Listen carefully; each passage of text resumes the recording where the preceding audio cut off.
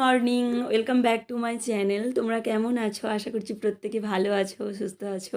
আবার একটা নতুন দিনে নতুন ব্লগ নিয়ে তোমাদের কাছে চলে এসেছি। তোমরা আমার সঙ্গে থাকো, পুরো ব্লগটা কন্টিনিউ করতে থাকো, আশা করছি ভালো লাগবে। আর আজকের ব্লগে আমার কাজকর্মের সাথে আমি তোমাদের সাথে আলোচনা করব যে কোনো কাজে সফল হতে গেলে একটা সফল ব্যক্তির কী কী গুণাবলী বা বৈশিষ্ট্য থাকা দরকার। তো সেগুলোই আজকে তোমাদের সাথে আলোচনা করব। সফলতার পিছনে বা সফলতার স্বাদ পর্যন্ত একটা ব্যক্তির কী কী বৈশিষ্ট্য থাকতে হয়, আর কী কী বৈশিষ্ট্য বা গুণাবলী দরকার সফল হওয়ার জন্য। আশা করছি আজকের ব্লগও তোমাদের ভীষণ উপকারে আসবে, তার সাথে আমার কাজকর্ম। আর আজকে সকাল সকাল দেখো রান্নাবান্না নেই।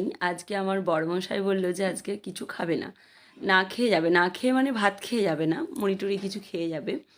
তো সেই জন্য রান্নাবান্না নেই। সকালে মেয়েরা স্কুল বের হবে, ওই জন্য মেয়েদের আগে খাবারটা করে নিলাম।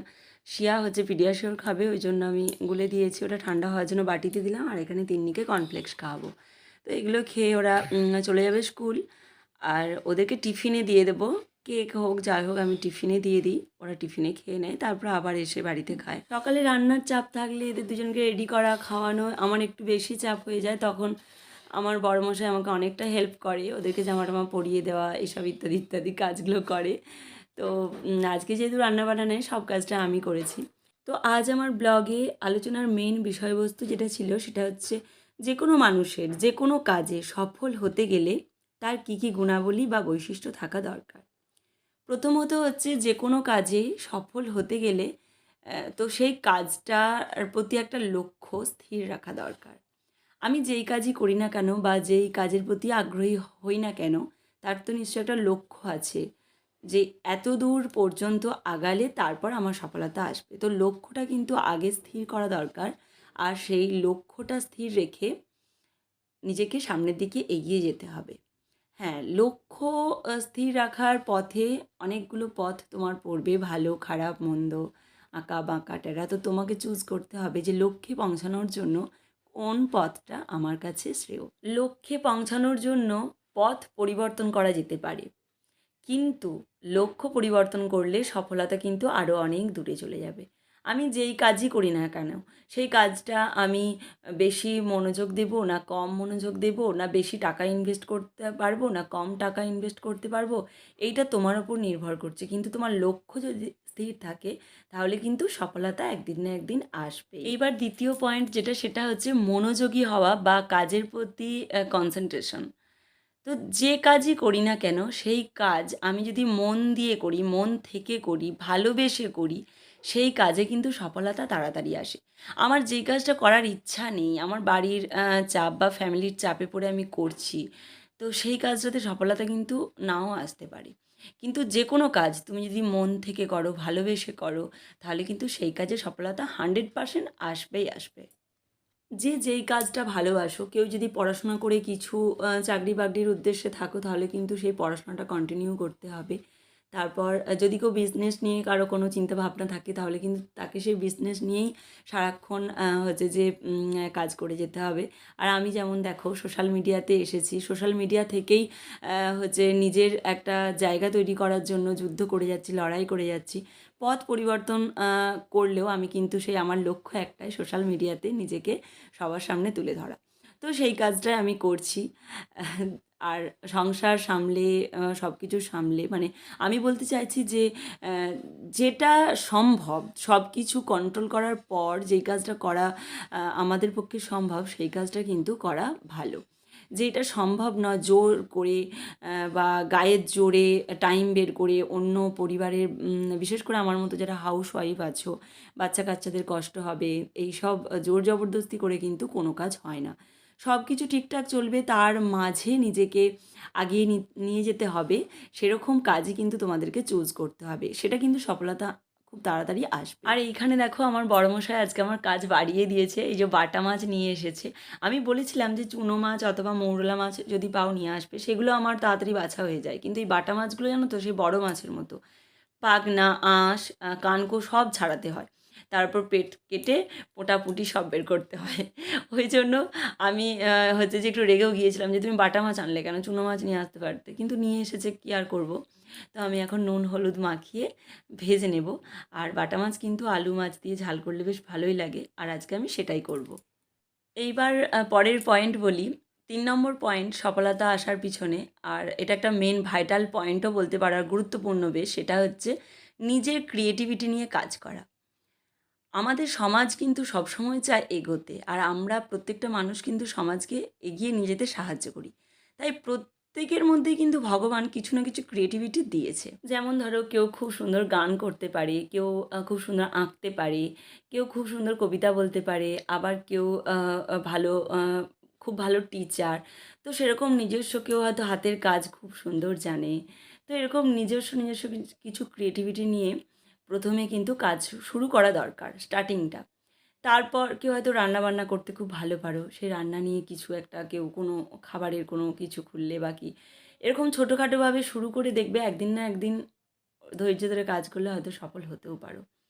ক্রিয়েটিভিটিকে কিন্তু আগে কাজে লাগানো দরকার সফলতা হওয়ার পিছনে। আর এখানে দেখো, এই যে বললাম না তোমাদেরকে মাছ আলু দিয়ে ঝাল করবো, তো সেটাই করেছি। সর্ষে বাটা আর পোস্ত একসাথে বেটেছি, আর মিক্সার জারতে জানো তো সর্ষে পোস্ত বাটতে পারি না, ওই জন্য আমি শিলনোড়াতে বেটে নিয়েছি। তো রান্নাবান্না হয়ে গেল, গ্যাস ওভেনটা মুছে বাসন কোসন যা যা ছিল ধুয়ে নিয়েছি। এইবার আমি ঘর দোয়ারগুলো মুছে নেব। এখনও পর্যন্ত কিন্তু শিয়া তিন্নি স্কুলেই আছে। রান্নাঘরের দিকটা মুছে নিয়ে তারপর আমি আবার ওদেরকে স্কুল থেকে আনতে যাব। এইবার তোমাদেরকে ৪ নম্বর পয়েন্টের কথা বলি। যে কোনো কাজই তোমরা শুরু করো না কেন, সেই কাজে কিন্তু একটা ধারাবাহিকতা বজায় রাখতে হবে। মানে সেই কাজটা তোমাকে কন্টিনিউয়াসলি করে যেতে হবে। কোনো ব্রেক বা থামাথামি কিছুই কিন্তু চলবে না। প্রথমের দিকে তো মোটেই চলবে না। তা সে তোমার নিজস্ব ক্রিয়েটিভিটির কাজ হোক, বা সোশ্যাল মিডিয়াতে হোক, বা যেখানে তুমি যেরকম বিজনেসই হোক, যাই হোক না কেন, প্রথমের দিকটাতে কিন্তু একভাবে মনোযোগী হয়ে কন্টিনিউয়াসলি সেই কাজটা করে দিতে হবে, কোনো ব্রেক না নিয়ে। তাহলে কিন্তু সফলতা খুব তাড়াতাড়ি আসবে। আর এই যে দেখো, আলমারি থেকে আমি শাড়ি বের করছি। ভিডিও করি, রিলস বানাই ইনস্টাগ্রামের জন্য। আর বললামই তো, আমি এখন সোশ্যাল মিডিয়া নিয়েই চিন্তাভাবনা নিয়েছি, কারণ আমার সংসার সামলে, বাচ্চা সামলে আমি এটাই বেশ সুবিধাজনক বলে মনে করি। আর আলমারিতে কাপড় চোপড় থেকে থেকে তো বস্তা পচা হয়েই যায়, তবু মাঝে মধ্যে বের করে করে পরি, কাপড়গুলোও একটু বাইরের হাওয়া বাতাস পায়। সফলতার পিছনে এবার ৫ নম্বর যে পয়েন্টটা তোমাদেরকে বলবো, সেটা কিন্তু বিশেষ গুরুত্বপূর্ণ আর খুব দরকারি। সেটা হচ্ছে প্রতিজ্ঞাবদ্ধ হওয়া। আমি এই কাজটা করছি, আমি এই কাজে সফল একদিন হব। তার জন্য আগে নিজেকে প্রমিস করতে হবে। নিজেকে নিজের প্রতি প্রতিজ্ঞাবদ্ধ হতে হবে যে আমি এই কাজেতে সফল হব। এইটা একদিক থেকে যেমন তুমি নিজের প্রতি প্রতিজ্ঞাবদ্ধ হলে, তার সাথে তোমার আত্মবিশ্বাসটাও কিন্তু বাড়লো। নিজের প্রতি যে আমি হবই হব, এরকম একটা জেদ কিন্তু তোমার মনের মধ্যে চেপে যাবে। এতে করে দেখবে তোমার যেই কাজটা তুমি শুরু করেছো তার প্রতি ভালোবাসা, তার প্রতি বিশ্বাসটাও বাড়বে। আর সেই কাজটার প্রতি যদি তুমি জেদি হও, তাতে কিন্তু সফলতা খুব তাড়াতাড়ি আসবে। তো এটা আমার একদম ব্যক্তিগত মতামত, তাই তোমাদের সাথে শেয়ার করছি। শিয়া তিন্নিকে স্কুল থেকে নিয়ে এসে স্নান করানো হয়ে গেছে, আর আমি এই যে স্নান করে দেখো ছাদে এসেছি। আজকে ৩টে বেডশিট একসাথে কেচেছি। একটু কষ্ট তো হয়েছিল, আগের দিন ভিজিয়েছিলাম। তো আগের দিন কাচার আর সময় হয়নি, যেহেতু অন্যান্য বাচ্চাদের জামা কাপড় থাকে। আর দেখো, আর এই দুদিন প্রচণ্ড গরম ছিল, এত প্রচণ্ড গরম লাগছে, আমি আমার ফ্যানটা চালিয়ে বসলাম। তো এই কিছুক্ষণ বসে তারপর আবার ওই যে ওদের দুজনকে আমি পড়তে বসাবো। আর এইটা হচ্ছে বিকালবেলা। তো মাঝের পর্ব আর তোমাদের সাথে কি ডেলি শেয়ার করব। আমি একটু রেডি হয়েছিলাম কতগুলো রিলস বানাবো বলে। শাড়িটা তো সকালেই বের করেছিলাম, দেখেছিলে। আর এই যে সকালে বিছানার চাদরগুলো মেলে দিয়েছিলাম, সেগুলো এখন তুলে নিচ্ছি, তারপরে ছাদে কয়েকটা ভিডিও করব। আর প্রচণ্ড গরম, তারপরে রোদের জোর, ওই জন্য ছাদে বেশি ভিডিও করতেই পারিনি। তারপরে দেখো চলে এসেছি নিচে, কতগুলো ভিডিও করে আবার শাড়িটা চেঞ্জ করে নিয়েছি। এবার আমি রান্নাঘরে যাব। আর কানের হার সব খুলে দিয়েছিলাম, তো চুলটাও প্রচণ্ড গরম লাগছিলো, ওপর দিয়ে তুলে আটকে নিয়েছি। এমনিই তো রোগা, আমাকে আরও রোগা রোগা লাগছে। আর এই যে আমি এখন চাউমিন বানাবো, ওদের দু বোনের মতো অল্প করেই বানাবো চাউমিন। আর চাউমিনের রেসিপি নতুন করে আর শেয়ার করার তো কিছুই নেই, তোমরা তো সবাই জানো। সফলতার পিছনে আর একটা বিশেষ গুরুত্বপূর্ণ পয়েন্ট, এটাও কিন্তু বিশেষ জরুরি আর খুবই গুরুত্বপূর্ণ, সেটা হচ্ছে বুদ্ধি থাকাটাও কিন্তু জরুরি। যে কাজই করো না কেন, সেই কাজেতে কিন্তু বুদ্ধিটা খাটাতে হবে। সেই কাজটা কীরকমভাবে করলে তাড়াতাড়ি সফলতা পাওয়া যাবে বা তাড়াতাড়ি সফল হবে, সেই কাজটা কম পরিশ্রমে, কম খরচে কীভাবে এগিয়ে নিয়ে যাওয়া যাবে, সেটাও কিন্তু, সেই সব নিয়ে কিন্তু যথেষ্ট অভিজ্ঞ থাকতে হবে। তা সে যেমন কাজই হোক, বিজনেস হোক বা তোমার নিজস্ব ক্রিয়েটিভিটির কাজ হোক বা সোশ্যাল মিডিয়াতে কাজ হোক, এই কাজে কিন্তু যথেষ্ট বুদ্ধিটা খাটাতে হবে। এমনটা নয় যে গাধার মতো পরিশ্রম করেই গেলাম আর পরিশ্রমের ফল কিছুই পেলাম না, তাহলে কিন্তু গাধার মতো খাটুনিটাই হবে। আর আমরা তো একটা কথা সবাই জানি যে পরিশ্রম করলে কিন্তু সফলতা আসে না, তাহলে তো গাধাই বনের রাজা হতো, সিংহ কখনোই বনের রাজা হতো না। তো বুদ্ধি খাটিয়ে পরিশ্রম করতে হবে, গাধার মতো পরিশ্রম করলে কিন্তু হবে না, তাহলে কিন্তু সফলতা আসবে না। যেই কাজ করছো সেই কাজ নিয়ে পড়াশোনা করতে হবে, সেই কাজ নিয়ে নলেজ বাড়াতে হবে, সবার সাথে আলোচনা করতে হবে।